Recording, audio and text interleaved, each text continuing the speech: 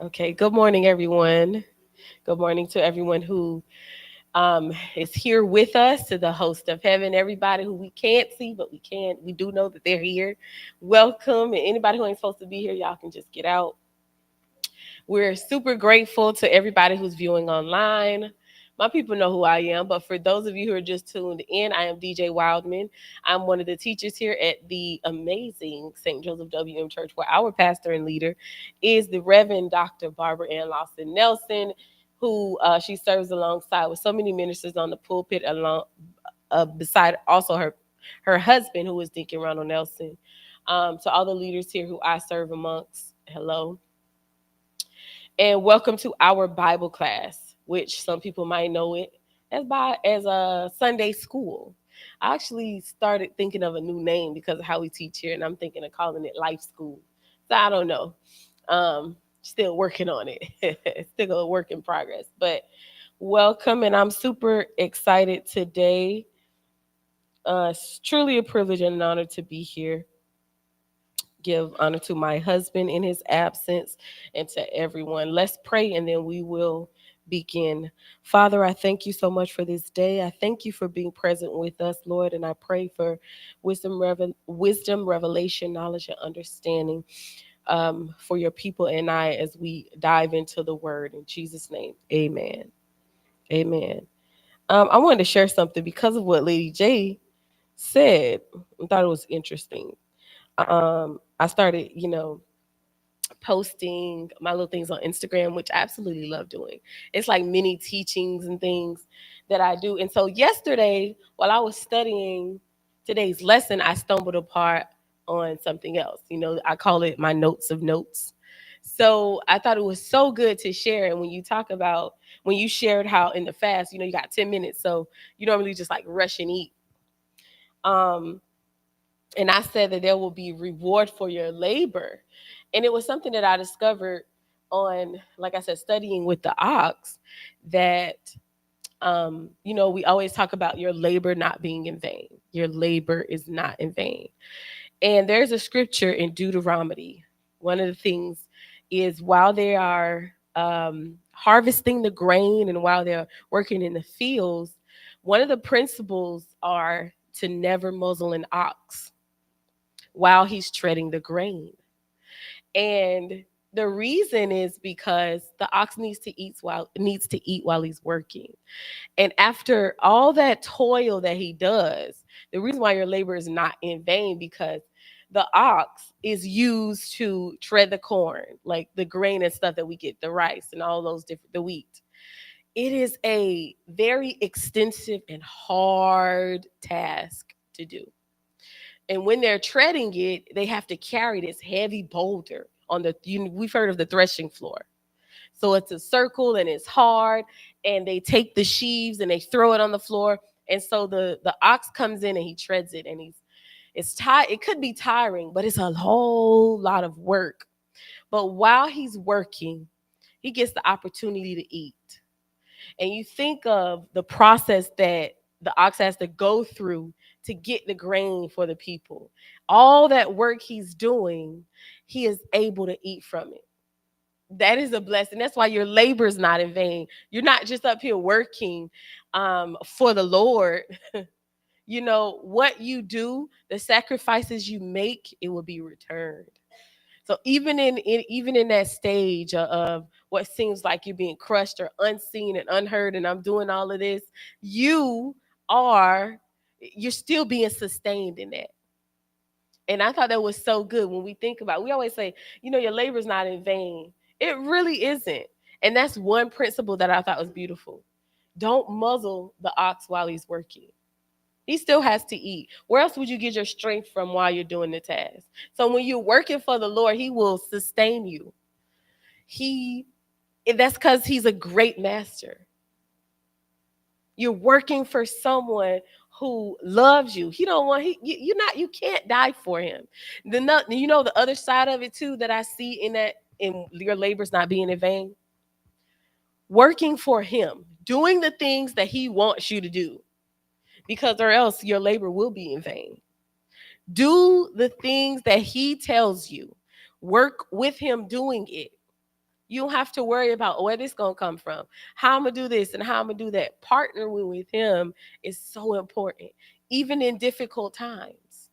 But when we want to step out and do it our own way, yeah, you're gonna be laboring and it will be in vain. You're gonna be burnt out and tired because you're not gonna see the fruit of your labor. First, you're not even doing what he wants you to. So we have these good ideas. Now, your good ideas are not always God ideas. Your good ideas, you got to do some work. You know, you have this idea, which is not bad. You know, you have a good idea. I want to do this. And you can consult with him to say, God, this is what I want to do. Now, how can I do it? You gonna definitely have to do some little work. He'll allow you, which is not bad because you're offering him into your space. But when you just go out and do stuff, and then you look at to him like it ain't working, you should ask, did he even want you to do that? You did not consult him. And so this is how we get burnt out and doing all these things because it's probably not what he wants you to do. And the other end is you didn't even consult him in something that you are desiring to do. Because it's okay for you to desire to do something. Consulting him, he'll give you strategies and he'll even say, yeah, that's a good idea. I'll help you in it. But when you do stuff outside, that's what makes us tired and burnt out. And then we lose the feeling and desire to want to even do something again. Because you just think, oh, it failed and I tried it. You ain't tried with him. You didn't try it with him. So I thought that was good that you shared it. Your labor won't be in vain because we're doing it for him. And he pays well. He pays very well. It ain't got to do with money, but I got peace of mind. That's more than money can buy. I can't buy peace of mind. I can pay for a therapist. I still got my problems though, because your steps not working. You know what I'm saying? I can be happy for a little while to do some retail therapy, but when I go home, that man is still there that I don't like. You know what I'm saying? Those are things you cannot buy.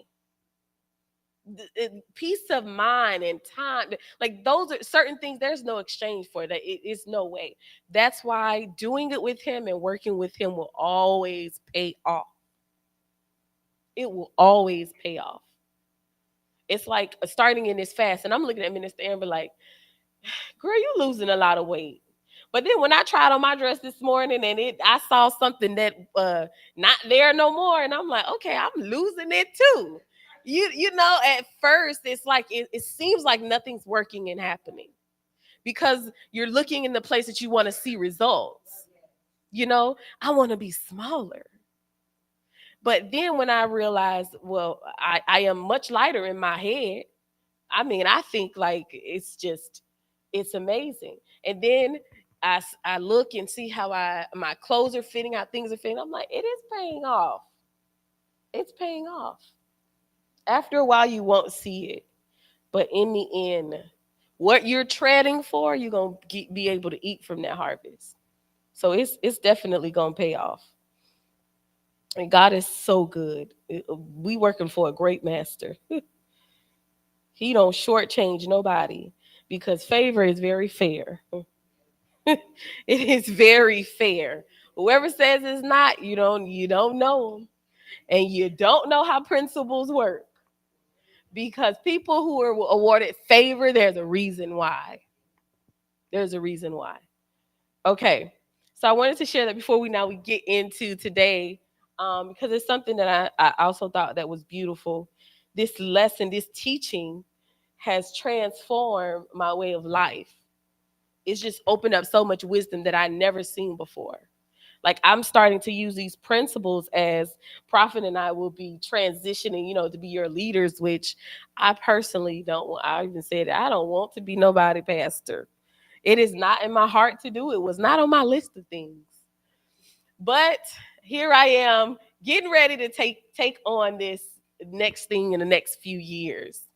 And looking at this, like this teaching on the ox, I think every leader in every place, not just every leader, but you in your own personal lives should use it. It will teach you so many lessons about life. So many, I mean, endless. You won't even waste time with certain individuals. You'll be able to see it like from the back because of what you learned. And this has really, really helped me. And so today, I remember last week I talked about being the ox being broken by the word, or broken to the word, and we talked about him being in that ring. And I want to expound on that today because this is even it's so good. I was talking to my husband last night, and I said, and I read him one paragraph, and I said, they can't be talking about an animal. This is a person, because how is it this is referring to an animal, which I deal with this in my life, and I see people on the same level. This is insane. And I started to break it down to him, and he was like, wow, that is good. I said, it's a person. There's no way this is talking about an animal, because it was so rich in so many different things. So I want us to go back to when we talk about this field and the ox being in the ring, right? And Auntie Susie helped me teach that last week. Because the first thing the ox does when he gets in the ring is he tries to get out. That's the first thing he does. He tries to get out. And so I was reading that, and what stood out to me was just how you deal with the ox when he's in that ring, right? That ring is boundaries and restrictions. And what I thought was so profound is we think the ox is being defiant when he tries to get out. But what he's actually is afraid. So he tries to break those boundaries.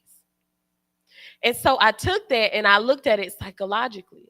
So I'm reading now what psychologists say about why we break boundaries. It's because we don't feel safe, or we do it to feel safe. We make them to be safe. We break them because it's like, I'm being confined. I don't feel safe. That ox does the same thing. It's because there's this fear that we have that something is trying to hold me back. But now you have to rewire. So the master has to rewire the ox's brain for him to understand that it's not fear, that this boundary is not to harm you.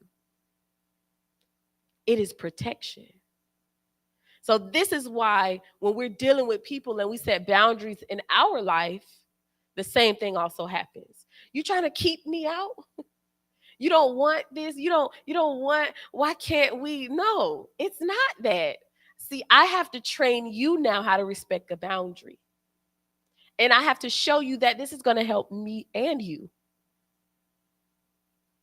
This is not just something I'm superior and I don't want nobody in my space and then I'm trying to keep you out, or I'm trying to keep you in. No. And I know we view this the same way with God. So when it comes to us in our relationship with him, we look at boundaries and restrictions the same way. You want to hold me down? You want to suppress me? Why does this God don't want me to, you hear people asking, saying things like that. And you clearly understand you don't know this God, because you think his boundaries and restrictions are trying to harm you or keep you bound. And Minister Prophet Joe gave it on Wednesday when he talked. I think it was Wednesday when he talked about Adam and Eve in the garden. God is a God of boundaries. If you read Genesis, it's all there. He's telling this, stop, don't go no further. He's telling Adam and Eve, listen, I want to set this boundary. It is for your protection. It is not to keep you out. Like you said, with you're going to eat it, but at a certain time. And we realize, dang, I went past this boundary. Look what happened. It's the same with God. We don't just want you to not experience sex. He created it. The boundary, though, he made it for is because so many things happen when you do it outside of marriage. It's protection for you. You don't gotta, you with a man you're tied to, your soul all jacked up. You got babies by him. You ain't married yet. You have to deal with baby mama drama and all these other things. It's like, listen, I want to protect you. So that's why I said do it here. I don't want you to not enjoy and have fun. It's just better over here because I made it that way. The same with life. He only is creating, it is a source of protection for us. So when this ox is now in the ring, this is what I really love about it. The ox does not work well by being forced to work. This is just like us. He doesn't work well by being forced to work. Who likes being made to do something? Nobody. No animal, no nothing. He doesn't work well. But what he works well with is trusting the words and the voice commands of his master. He works very well with that.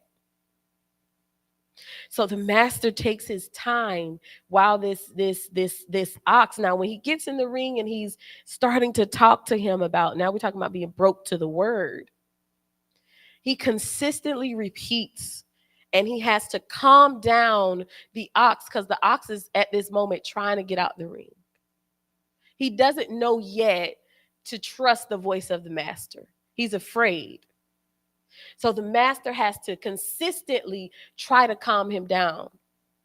He's repeating things over and over again to get him, okay, calm. This is what also is a beautiful story. So while the ox first comes in and he's going all crazy and he's sniffing the fence and the gate, they make it so high that the ox can't even go over it. But that doesn't stop there.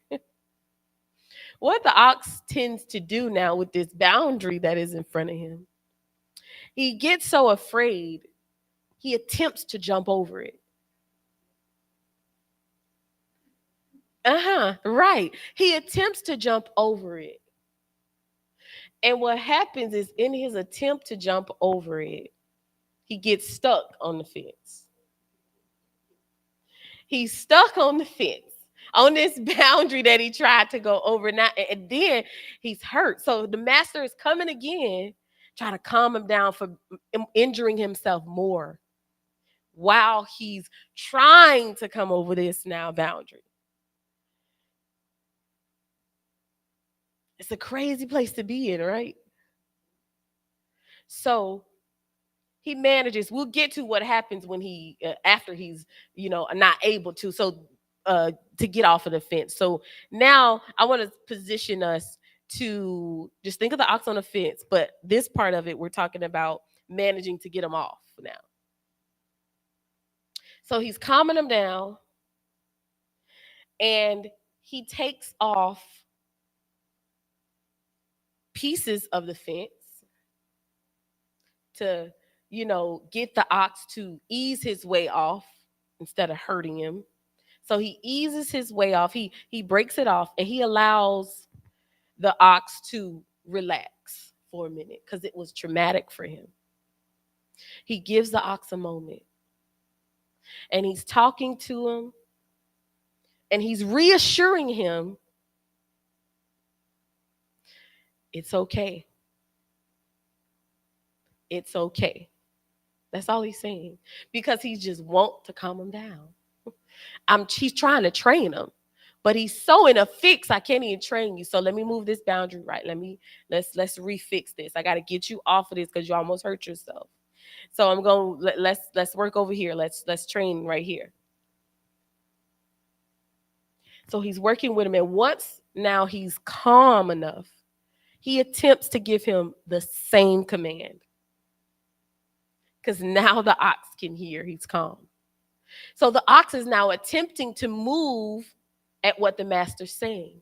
This is how the master knows, oh, he got it now. Now he's no longer afraid. And he knows and trusts my voice. He knows that I'm not going to harm him. Then they move to the next step.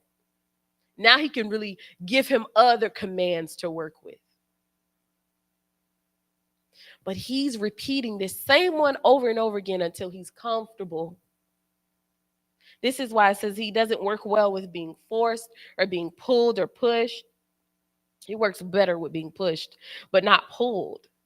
But he learns to work by trusting the voice command and the command of the master. And this is why they say it's so important that you have someone who is trained and has worked with these type of animals before, so that they know and understand how to work with them in these circumstances.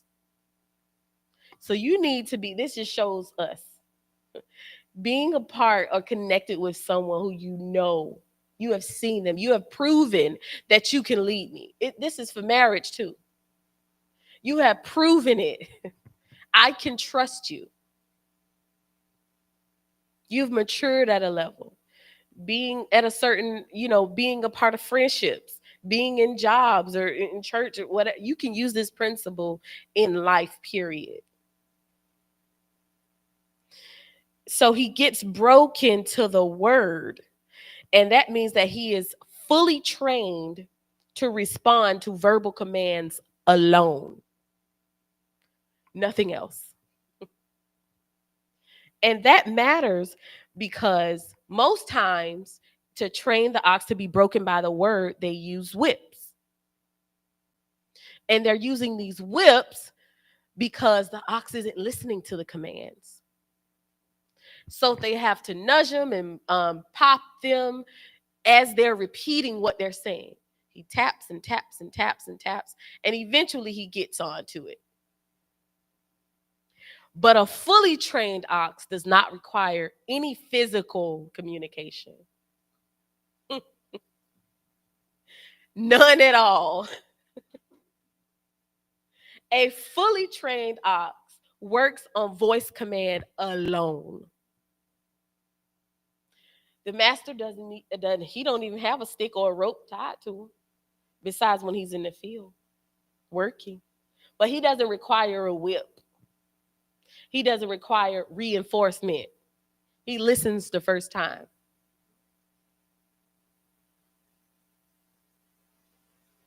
He listens the first, like obedience is his portion. When that ox is fully trained, they don't even have to be pulled or pushed, guided by a stick or a rope. Voice command alone. Some of our life is so difficult because when God is speaking to us, he has to hit and tap us a few times just to get us going in the proper direction. So some people, mamas, you got kids. You can tell kid A, sit down. They sit. Kid B, sit down. Blah, jumping. You got to sit down. Didn't I tell you to sit down? You got to do that with kid B. In order for kid B to listen. That's just like some of us. Some of us gonna listen when mommy said, because we know moms look. If you don't sit down, oh, I know she's not playing. I'm sitting down. But kid B, oh, he gonna test it and they gonna do everything. So you gotta whip him and beat him, and eventually kid B gonna know you not playing with him. And the more you do that, kid B's gonna know, mommy said it this time. I'm sit down this time. Because the other times she had to beat me, and that beating wasn't nice. Oh, I learned my lesson before. That's exactly how the ox works.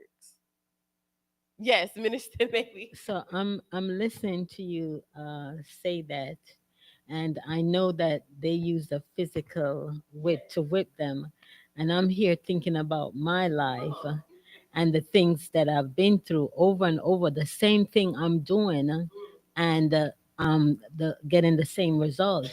I'm in the same place, so I'm getting whipped, but it's not physically, but it's in the spiritual form, and so he still loves me and everything because he's still giving me grace. I'm still here, and I still have a chance to correct it.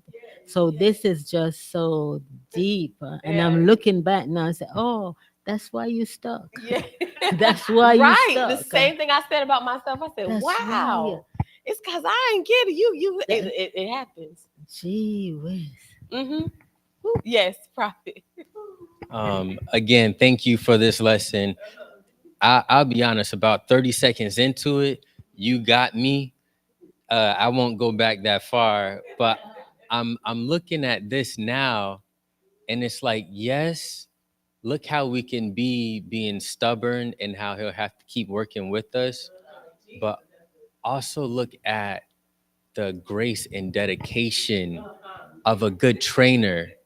So what that it's like, if you've been married 10 years and you still got to scream at your wife what you've been doing, because at that point it should be voice command alone. If you always have to hit your kids and now they're 15, 16, Mm, what have you been doing? Have you been consistent and gracious as a trainer? mm. Because it shouldn't be all of Come that. on. Now you moving right to my next point, but that's so good. No, it's good. It's good because you said that, but then we'll see it within the life of training the ox. But that is so good. And I love how it said it. They said that again, this goes back to having to be trained. And I want to read exactly what it says so we can see it. So that we can see it. It says, this is why it's important to be broken to the word, because it listens and responds immediately to the team master's word, showing discipline and partnership without needing constant physical control. It says that the more he understands the commands, the longer he will continue to walk. Now, to what you were saying, and I loved it, I'm trying to find exactly it. Oh, here it goes. You talk about the grace in it. It says, dealing with a dumb creature, it must be very difficult for him to understand our emotions, signs, and languages. Okay, we're not the dumb creature. But you know, right? We don't think with our God mind most of the time. So it's difficult for us to understand God's emotions and his signs and his languages until we're trained. But so it says that now the master, we should never get impatient with the ox because he doesn't understand us. That's that grace. That's why he's working so long with us, because he knows, I understand that you're not being the God man that I created you to be. Never get impatient with the ox because he doesn't understand us. And we shouldn't be surprised when he does some things wrong. God gets it. He gets it because he already know. We shouldn't be surprised. This is what it says the master does. To be sensitive to the ox mental state, and don't be overly quick to discipline him. Ain't he gracious? I know. Be sensitive to his mental state and don't be overly quick to discipline. This will help some parents. We should work on his understanding rather than working on the different parts of his body. Mm-hmm. Mm-hmm. Yes. Make sure the ox understands what you're saying before you want to lash out. This is why the man is so patient and why he keep giving us so many commands. That is long suffering. His mercy endureth forever. Because he already know what he working with. Be sensitive to his mental state. Work on his understanding rather than working on different parts of his body. Yeah. You know, again, I'm not perfect. As you can hear the stuff I say, you know that I'm not perfect, right? But you're I'm striving for it, Yes. which I know I will never be, but still striving.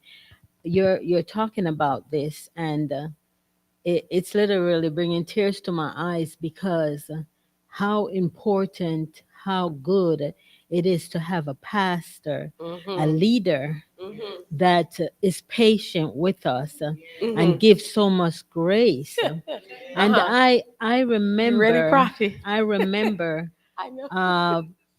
a few years back, she saw so much greatness in me that I didn't see myself. Mm-hmm. Mm-hmm. And at the same time, I made a decision or a choice Mm-hmm.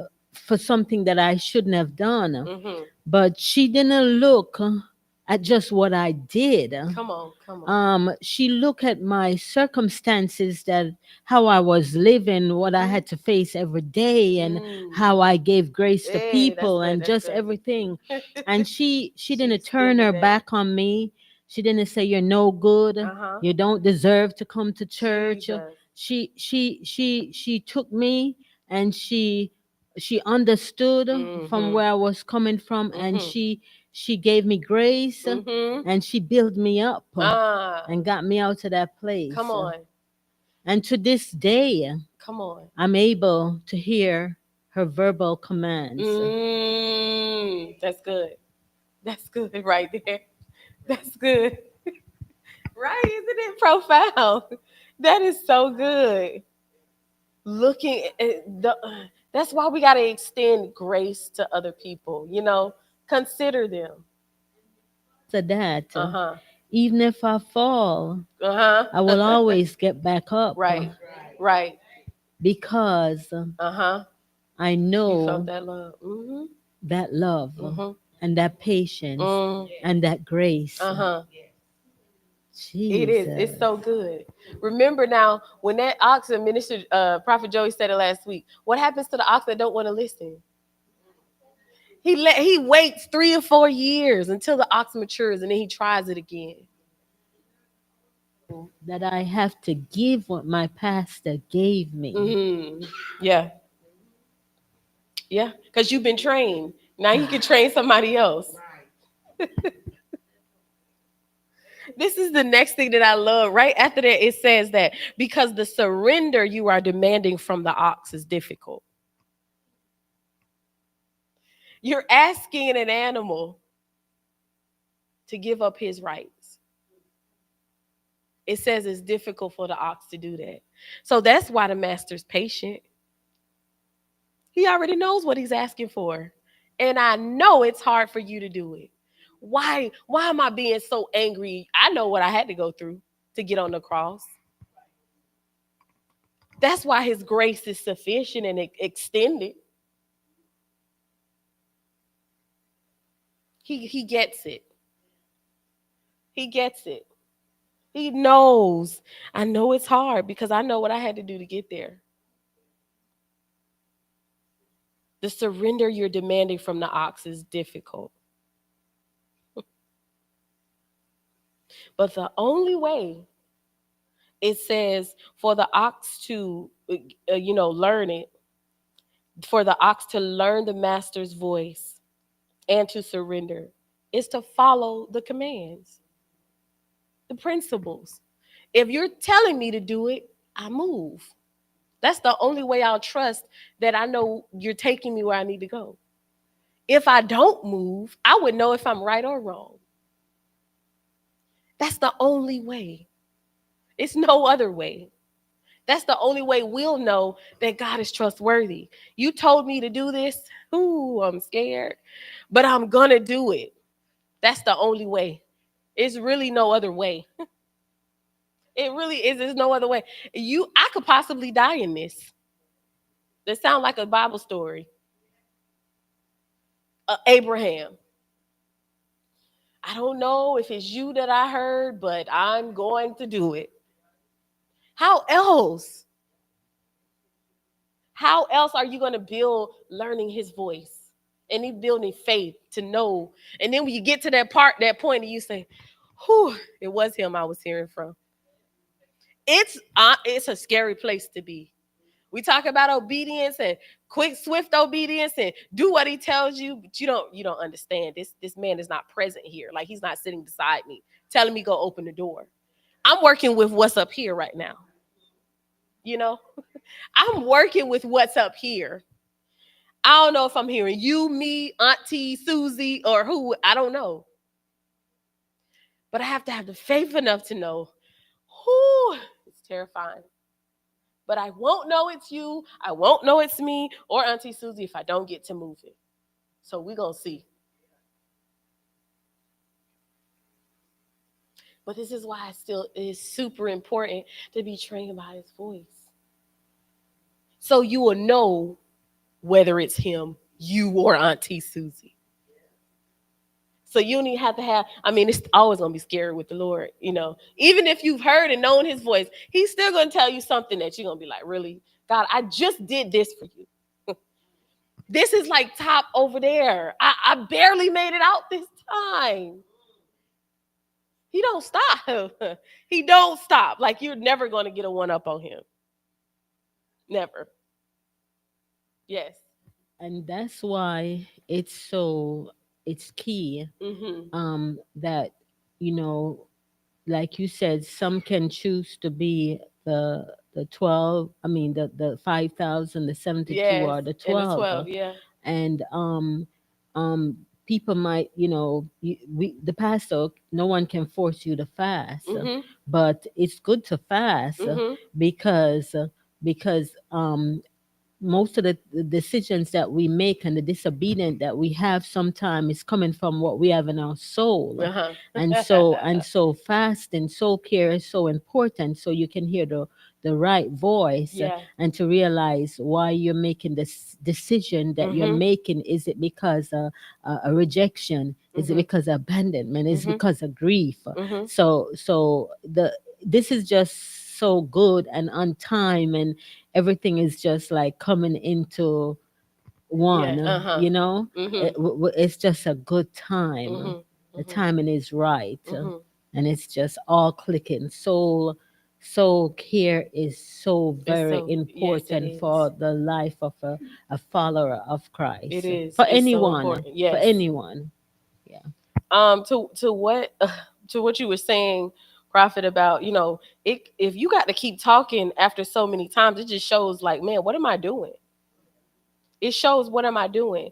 And it says that the person who is not training this ox, what happens is, if you are not experienced in this, first thing you want to do is beat the ox when they don't hear your command.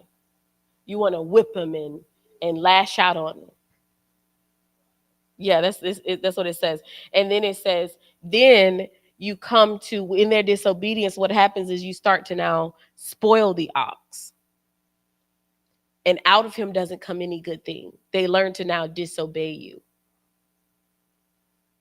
Uh-huh. So it even talks about, and I gotta read it here because it was super good. I gotta make sure that I find it. It was so good. This is what it says. It says, at times when training or working an ox, you should be extremely careful, not to get injured while trying to sincerely, submissively follow your commands, not to let them get injured. But it says, now while they're in that process, what you're supposed to do, once you get them back over on the fence, you don't just let them roam around, because they'll know that they can get over on you. You still have to subdue them. It says, because in the ox's brain, it'll say, ooh, I tried to escape and it worked. So they say, once you get him off that ledge, you put the rope on him. You hold them down. So they'll know, don't try this again. They'll know that they're under your command. They don't command you, you command them. And it talks about, that's what you're getting into, spoiling that ox. Yes. Manipulating the Mm-hmm. situation. Yes. Because Gee. because kids will manipulate a parent Yes. to be the one that they want. You know, they manipulate them. It's They true. say, I can get away with this Mm-hmm. with that parent, Yeah. and I can get away with that with the other parent. Yes. So they manipulate the situation Uh-huh. for themselves, just like the ox will do. Yes, he will. Because he tried to get away once. Uh-huh. He gonna try You to know, try it again. exactly. Exactly. And that's why they have to build it so high. So this is the next part that I love. I love this. It says, the oxen, right, are useless to be trained, or they'll cause you problems. Or will cause you problems are the ones that attempt to now Listen, if he can't get over it, you know what he does? He try to break the fence. These are the ones that will cause you problems. To break the 6 feet high fence, because they learn, now I'm back over. I couldn't go over it. I'm going to run through it. Gee. They will attempt to break the 6-foot fence you've put in place. He knows he can't go over it, so he's going to try to break it. Now we're back to where he getting stuck at now, right? He gets hurt and stuck in the process. This is what it says in his attempt. This experience, this is boy, people are something else. The ox. It says this experience, because he got hurt, right? When he jumped over it and ran, try to run through it. The ox did it. But this experience will permanently try to ruin the relationship with you and the ox, because his reasoning power is limited to his last experience. So what the ox will do, this is why they say God is just good. While he's in here now, he decided to jump over it. He put himself in this place. They say it is so important that the master does not let him get injured while he's trying to break the boundary, because the ox will connect his injury to the master. While you did it, you're harming yourself, and I have to make sure that I protect you in this, because you're going to connect this experience with me. And in your mind, I will now be the one that caused you harm. Jesus. Because it says that the ox does this, his reasoning power is limited to his last experience. Now you see where leaders got to go through? Because you're going to say, I did it, when that is connected to something else, and I still got to have grace towards you. Jesus. So it says the ox is watching your actions in some way. He will connect his injury or bad experience with you. This is what hinders your relationship and trust with the ox. It will be hard for him to surrender and trust you. I didn't even do it. I didn't even do it. That's crazy. But we're some type of people, because we will blame. I went over this boundary. It was me who did it, but I'm gonna blame you. You know what that's funny, that's called when it talks about kicking your foot against a stone in the scripture. You're mad at the stone for being there, but you did it. And you know what word that's tied to? Offense. It means you took the bait. Isn't it? To kick offense. Yes. You mad that it's there. Don't that sound, don't it? We can see it happening. It's your fault. You said that. You're the one who tried to cross this boundary. Now, because I stopped you, you're offended that I stopped you. Now it's my fault. Jesus. What leaders got to go? This is why I don't want to be y'all pastor. I don't want to be nobody. I have to go. It's bad enough I have to deal with it with people. Now just imagine being called to lead a whole 2 million people like Moses did out of Egypt. That's why they need prayer. That's why they need help. That's why they need maintenance. Yes, pay these people. They got to deal with y'all. Pay them good too. Give them a great reward. Yes, and then we're done. Yes. And it's just like you're saying, it's almost like the first step in our journey. Mm-hmm. is to have our faith broken. Mm-hmm. Because That's so good. you get put in the box and you want to jump over this gate. You know you can't do that. But you got all the hope and the faith in the world. You have at that moment faith to speak to that mountain and tell it to move. It just so happens that the first mountain you spoke to was God. That's so good. Now you get your faith broken. That's good. And so now as you trying to trust him again, you got to rebuild this whole walk of faith, because the first thing you bucked against was the one thing that wasn't moving. It's dangerous. That's it. It is so dangerous. It is so dangerous. And we're closing. I want to read, and we'll end with this. That part just rocked me, because I'm like, wow, my God, what a scene to look at, what an image to have in mind. But it's just like us. So being broken to the word is like our relationship with God, right? At first, we might need some strong correction and redirecting at first. But then as we grow and as we mature in him, we'll learn to move simply just by his voice alone. With no resistance, with no relay, no delay, without having to be forced. And I love what they said here. It says strength under submission, power governed by trust, and freedom found in obedience. Just listening to his simple voice will save us a whole heap of trouble. And we're done. Does the kids have anything? Okay. Let's pray. This is one prayer, and I'm glad I wrote it down. Lord, break us to your word.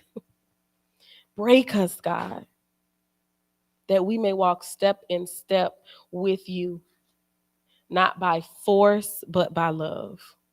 Help us to heed to this word, God, even to help us to submit under our leaders and under your lordship. In Jesus' name.